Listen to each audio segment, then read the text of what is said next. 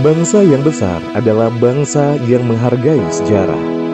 Tapi banyak juga yang ingin merusak sejarah demi kepentingan pribadi. Tebing Tinggi, sebuah kota kecil yang memiliki banyak sejarah yang perlu untuk digali. Dan kali ini, tim Mau Tahu Ya bersama The Abang akan mencoba menggali sejarah tentang ulama besar kota Tebing Tinggi, Tuan Syekh Baringin.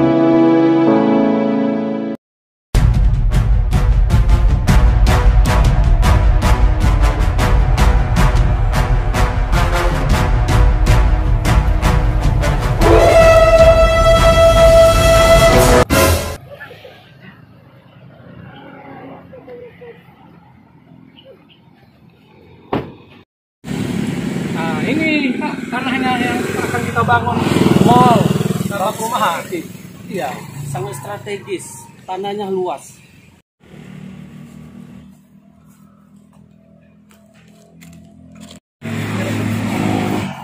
Assalamualaikum Pak. Iya. Waalaikumsalam, siapa? Ada apa? Ada yang bisa saya bantu? Iya, kami ini Pak, mau membangun mall sama perumahan. Iya, benar sekali. Saya lihat tanahnya di sini luas, jadi bagus sekali untuk membangun mall, hotel dan lainnya. Maksudnya ini mau Bapak ratakan menjadi mall? Iya, Iya. semua kami ratakan.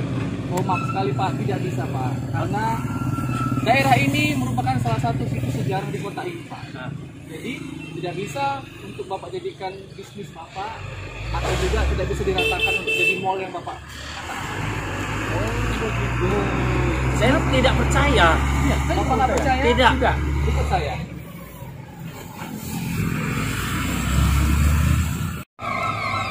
Jadi Pak, ini kawasan termasuk kawasan sejarah Ya. yang di Tebing Tinggi, walaupun letaknya di ujung kota Tebing Tinggi, tapi kayaknya sejarah di sini sangatlah kental. Oh, Jadi memang tidak bisa kami buat bangunan itu di situ. nggak bisa Pak. Tapi untuk lebih jelasnya, nah kebetulan ada salah satu sejarawan dari kota Tebing Tinggi dan tim Mau Tahu Ya Channel akan coba menjelaskan ke Bapak. Jadi begini, Bang Ari dan Iya. Buya, kita kedatangan dari kota besar ini, bapak-bapak pengusaha. Mereka melihat katanya di sini mau dibuat perumahan, mau diratakan dengan tanah, dibuat perumahan demi bisnis katanya. Jadi tadi saya bilang nggak bisa. Iya. Tapi saya tidak bisa menjelaskan karena saya juga kurang paham tentang sejarah di sini. Jadi mungkin bisa dijelaskan oleh tim Mau Tahu Ya Channel dan Buya Holik juga. Iya, kebetulan memang saya dan Buya sedang ngobrol-ngobrol juga ingin menggali lebih jauh tentang sejarah tempat ini karena memang ada satu sosok ulama besar yang patut kita angkat karena mungkin juga banyak masyarakat yang tidak tahu termasuk mungkin bapak-bapak yang berdua betapa luar biasanya Tuan Syekh Baringin ini. Nah mungkin bisa diceritakan nih Buya sebagai seorang sejarawan tentang Tuan Syekh Baringin, kemudian juga tempat-tempat ini yang berkaitan dengan Tuan Syekh Baringin. Iya. Ini adalah kita bilang situs budaya yang sangat-sangat penting artinya bagi sejarah negeri Padang Tebing Tinggi. Ini adalah rumah tinggal atau tempat tinggal dari seorang ulama besar, juga pahlawan di kota ini, pahlawan kemerdekaan, pahlawan agama yang namanya Tuan Syekh Baringin. Rumah ini dulu sebenarnya aslinya itu Bang Ari rumah begonjong. Namanya rumah begonjong. Rumah begonjong. Rumah begonjong. Rumah dengan tipe rumah adat Minangkabau. Tapi sayangnya sekarang memang sudah runtuh. Akan menarik sebenarnya jika ini direnovasi oleh siapapun, mau pemerintah, oleh swasta, gitu kan. Jika ini direnovasi dengan rumah gonjong, inilah rumah gonjong yang satu-satunya ada di kota Tebing Tinggi. Ya, mungkin supaya lebih jelas lagi kita mungkin boleh ke dalam melihat sisa-sisa bangunan dari rumah begonjong itu ya. Inilah mungkin rangkanya dan bisa memberikan gambaran kepada para penonton channel YouTube kita seperti ini untuk bangunannya. Artinya sebenarnya ini bagian bawah sebenarnya ya Bu ya. Iya betul Bu. Ini adalah kolong. Kalau kita bilang kolong ya. Kalau kita bilang ini adalah kolong. Kolong dan rumah itu sebenarnya berada di atas. Jadi ini kosong ini kosong.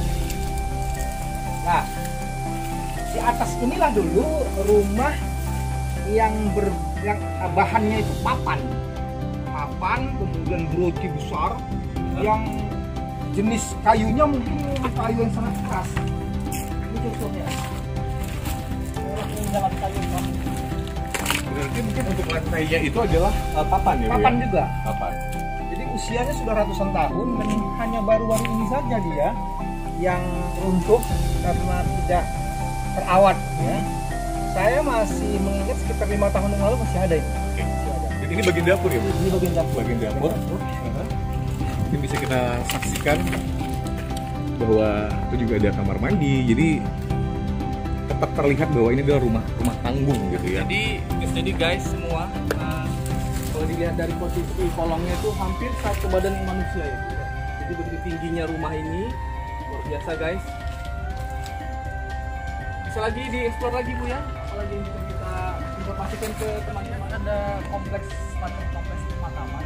Apakah ada hubungannya dengan konflik sebar ini? Ada.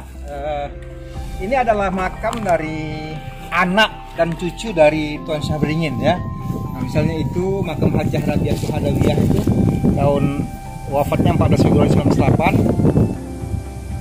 Ini juga makam dari anak Tuan Syah Beringin ke sana juga termasuk makamnya. Jadi di sini sudah berfungsi sebagai makam keluarga dari istri yang ketiga. Yang ketiga. Tapi nanti bisa kita terangkan ada zuriatnya yang tahu cerita itu. Dan di depan rumah ini, kemudian di sekitar pemakaman ini ada juga dulunya tempat suluk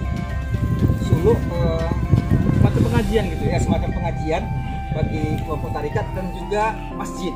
Nah, kita menuju ke sana.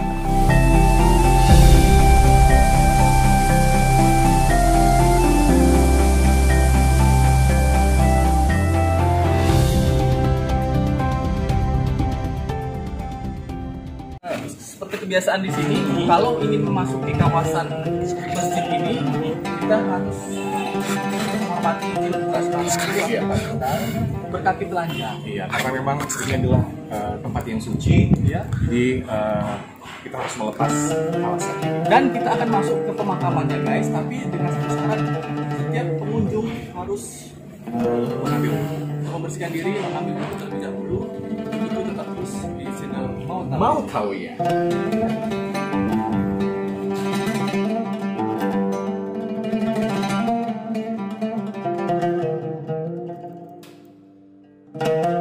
Sekarang kita sudah berada di beranda atau halaman masjid Tuan Syah Beringin. Kita ke dalam dulu, kita lihat suasananya. Meskipun ini di sini sebenarnya beberapa puluh tahun saja dibangun, tapi kita bisa melihat ke dalam bagaimana suasananya. Ya, inilah nama masjid Tuan Syah Beringin. Tempatnya sebenarnya kecil. Tapi ini belum makna sebenarnya karena dulu di sini lah ulama besar itu mendidik murid-muridnya. Oh, jadi di sini ada apa? Iya. Areanya kecil hanya 6 kali 6 saja. Tapi bisa dilihat ini sudah diperbaiki menjadi lebih modern lagi. Dan sebenarnya ini bisa dipakai untuk masyarakat umum nggak sih, misalnya untuk kegiatan sholat untuk lima keluarganya. Iya. Digunakan untuk umum, bahkan di sini ada hal yang sangat spesifik sampai sekarang terus dipertahankan sebagai keaslian dari masjid ini, mana khutbah Jumat itu dalam bahasa Arab. Jadi kalau mau sholat Jumat kemari dan mendengar khutbah dalam bahasa asli, bahasa Arab tanpa bahasa Indonesia, itu kemari datang. Jadi salah satu daya tarik juga ya, Iya. bahwa tempat itu benar-benar spesial karena berbeda dari masjid pada umumnya menggunakan bahasa Indonesia. Iya, karena di ini tempat alasan dibangun seperti di sini, karena itu pernah juga tempat dari tempat pengajian atau orang mengaji gitu, mengenal. Kita lanjut ke makam. Oke guys, kita akan dari sini lanjut kita ke makam Tuan ini hari ini. Iya. Ke sini saja. Baik. Oke, kita akan langsung ke kompleks pemakaman Tuan Cebringin serta istri beliau dan ada saudaranya.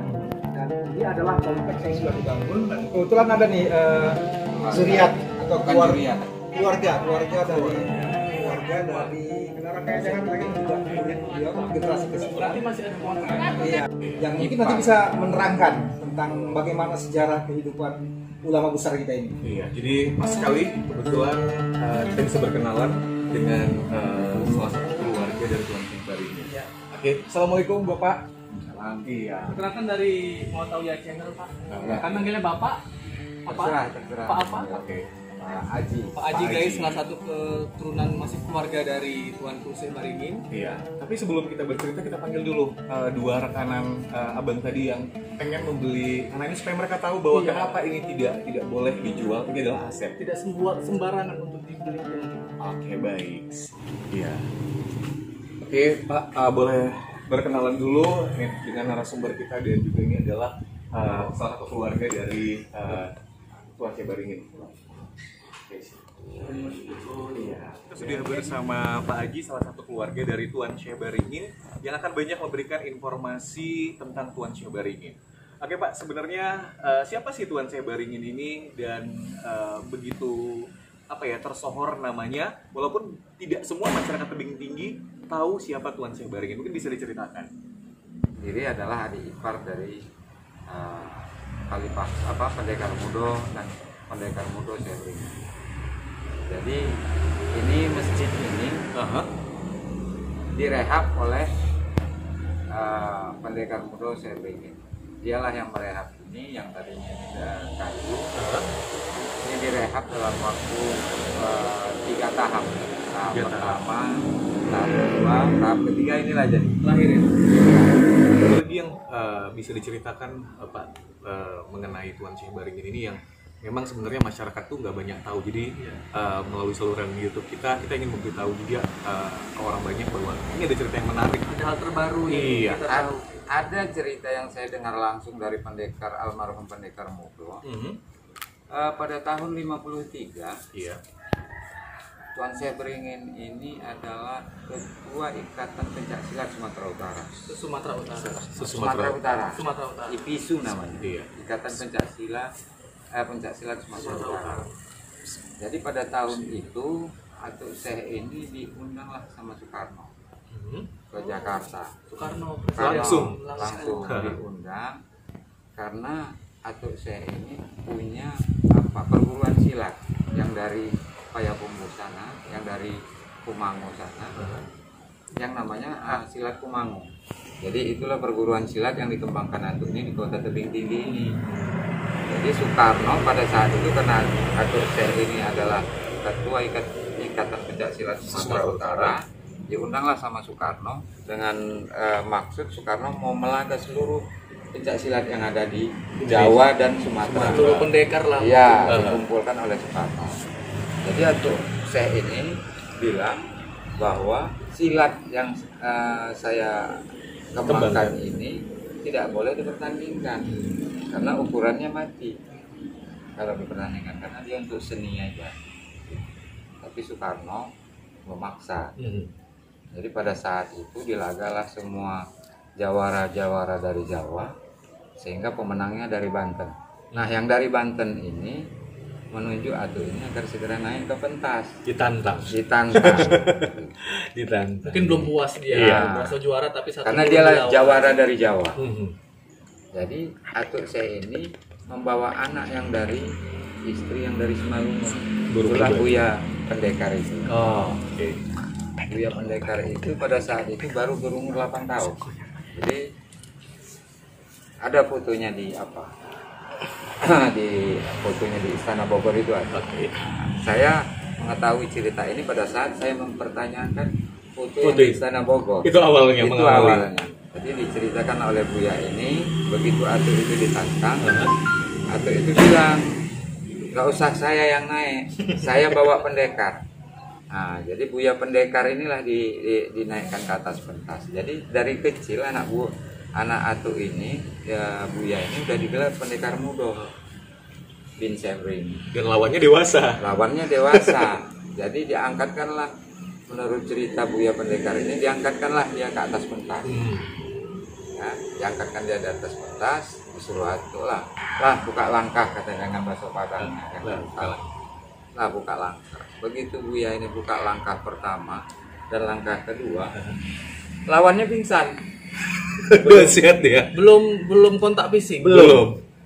Begitu dibuka langkah pertama, itulah penjelasan dari Buya Iya, langsung ke saya. Bahasanya seperti itu. Bahasanya seperti itu karena saya mempertanyakan waktu di Bogor, di Istana Bogor. Jadi belum sempat main Buya itu masih buka langkah pertama, langkah kedua, lawan yang dari Jawara yang dari Banten ini langsung pingsan. Nah, jadi dengan pingsannya dia, beliau minta maaf sama Atu ini. Dasar itulah Soekarno membawa Atu ini ke dalam istana itu. Itulah fotonya dia tadi. Mungkin karena itu juga jadi ukuran kesaktian Kesaktian, mungkin ukuran kesaktian karena memang dialah juaranya, jawaranya, bukan dia yang dilawan, anak yang masih umur 8 tahun. Kalah jawara dari Banten. Iya, jadi sehingga itulah yang membuat, itulah foto sejarah foto Buya di Istana Bogor. Iya, jadi nggak salah memang kita mengangkat di episode 3 ini mengenai Tuan Syekh tokoh. Iya. Kita akan masuk ke pemakaman seperti yang diceritakan tadi di awal, langsung dengan 2 narasumber kita untuk masuk ke areal itu. Iya.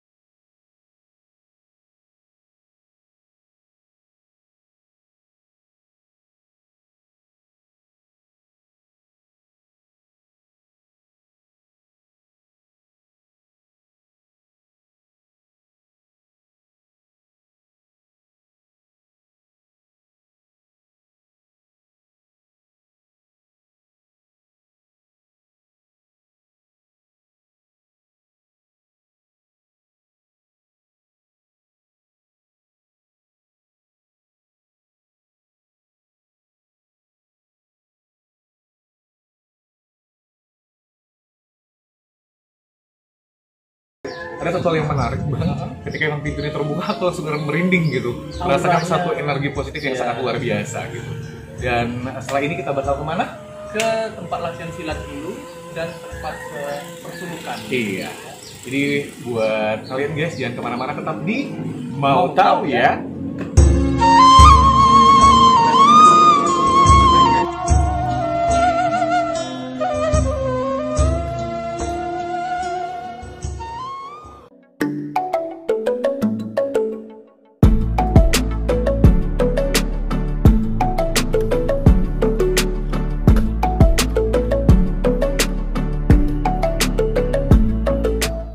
Kita sekarang sampai ke lokasi, tepatnya di Kecamatan Padang Hilir. Iya, Kampung Kebun Sayur ya. Kebun Sayur ya. Dan di sini terletak masih berkaitan dengan Tuan Syekh Baringin, betul, tempat bersuluk dan juga makam dari anak Tuan Syekh Baringin. Iya. Ini yang bakal kita eksplor di sini dan tentunya bersama Buya Khalid dan juga Pak Haji. Tetap di Mau Tahu ya. Tuan Syekh Beringin itu sebenarnya asli orang Minang, berasal dari Payakumbuh. Kemudian sesudah belajar, ya pas perintah gurunya Syekh Abdul Qadim Belubus itu berangkat ke Deli. Sebelum sampai Deli, guru ini singgah di sebuah kampung di Cimalungun, namanya Kampung Beringin. Beliau lama di sana bertahun-tahun sampai kemudian masyarakat atau murid-muridnya di kampung itu memberikan gelar Tuan Syekh Beringin. Kemudian Tuan Syekh Beringin ini juga adalah ulama tarikat yang luar biasa, karena berdasarkan catatan dari banyak tempat, beliau itu ikut dengan beberapa tarikat, mulai dari tarikat Qadiriyah, Khalwatiyah, Samaniyah, kemudian Khalidiyah dan Naksabandiyah gitu. Ada 5. Ya guys, saat ini kita sudah berada di depan makam dari salah satu anak Tuan Syekh Beringin yang bergelar Khalifah Mudo Nan Kuniang. Ya makanya mungkin makamnya dibuat nuansa ornamen kuning guys. Iya. Dan mungkin saya yakin kamu semua belum pernah ke lokasi ini, sama seperti kita juga tim Mau Tahu Ya Channel. Waktu pertama kali kita mengeksplor tempat ini, untuk lebih lanjutnya kembali kita. Iya, kita akan berbincang ke Pak Haji. Apa yang bisa diceritakan dari salah satu anak dari Tuan Syekh Beringin? Ya. Jadi setelah Atuk Syekh Beringin wafat, maka pengajian ini dilanjutkan oleh anak beliau, yaitu Khalifah Mudo Nan Kuniang. Nah, inilah makamnya. Sekalian kita menjumpai keturunan Khalifah Mudo Nan Kuniang, yaitu Khalifah Muhammad Rashid. Iya. Ya, ini adalah Bapak Muhammad Rashid. Assalamualaikum Pak. Iya. Assalamualaikum. Saya Ari dan ini Bang Wahyu dari tim Mau Tahu Ya. Iya. Kita pengen mengeksplor tentang Tuan Syekh Beringin sampai dengan memang keturunannya yang juga memang ada di kota Tebing Tinggi yang bisa kita eksplor. Ya tentunya masih sampai sekarang masih ada. Iya. Supaya kita bisa menjelaskan sejarah tentang Syekh Beringin. Oke. Apa yang bisa diceritakan Pak selaku Bapak adalah keturunan dari almarhum Khalifah Tuan Mudo Nan Kuniang ya? Mungkin sedikit kisah perjalanan hidup beliau sih. Sobat di rumah.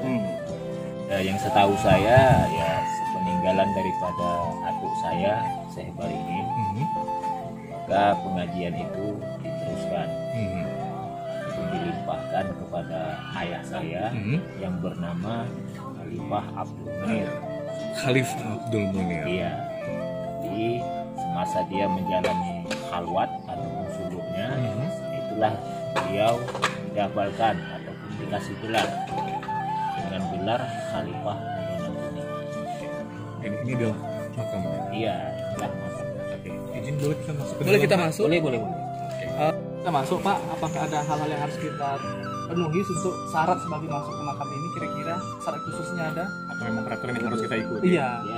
Ya seperti biasa apa yang sudah diterapkan oleh orang tua saya, seperti kita mau ziarah gitu, manapun kita mau ziarah, yang diterapkan itu kita harus yang pertama bersuci. Iya. Nah, berwudu. Artinya itu supaya kita tuh datang dalam keadaan yang bersih. Dengan niat yang bersih juga ya. Iya. Alhamdulillah kita masih ada wudhu tadi ya. Sudah wudu kita, kebetulan kita dari makam yang di sana di Sungai Segiling, dan tentunya mungkin buka alas kaki ya Pak ya. Iya. Kita langsung masuk aja ke dalam. Oke guys, kita masuk, akan kita cari atau kita lihat di dalam pemakaman. Oke guys, ini kita akan masuk langsung ke pemakaman. Mungkin Mbak bisa dijelaskan ini makam siapa? Ya, inilah makam Khalifah Mudo Nan Kuniang. Oh, ini dia guys, Khalifah Mudo Nan Kuniang. Tetap memakai kelambu guys. Dan ini dua makam atau satu makam? Dua makam. Satunya ini Mahfokih. Oke. Ya. Siapa Oke? Yang termasuk guru daripada ayah saya. Nah, sepeninggalan atuk saya tadi, dia dilimpahkanlah sementara kepada Mahfokih. Jadi diamanahkanlah agar orang tua saya ini memperdalam lagi tentang ilmu agama ini kepada Mahfokih. Ini dari dua makam di sini. Iya. Nah, sama halnya tadi di makam Tuan Syekh Beringin, apakah di sini juga dibuka untuk umum bagi yang ingin mengetahuinya atau ingin Dibuka. berziarah? Dibuka untuk umum. Boleh, siapa aja boleh. Dengan tujuan yang baik Iya. ya, dan tidak keluar dari syariat agama Islam. Jadi guys, mungkin ada sedikit hal unik atau mungkin unsur kesengajaan tadi, nisan dari makam ini hampir sama semuanya. Apakah memang disengaja atau khusus untuk keluarga gitu. Bentuknya kan bersama Bentuknya sama. bulat. Bisa kemarin kita shoot di awal untuk makam Tuan Sebaringin, misalnya seperti ini guys. Dan ini juga baginda Mutunan Kunyang juga seperti ini. Khalifah Mutunan Kunyang. Bisa jelaskan Pak, apakah ini memang sengaja untuk Ya tergantung kesepakatan juga. gitu ya? Keluarga,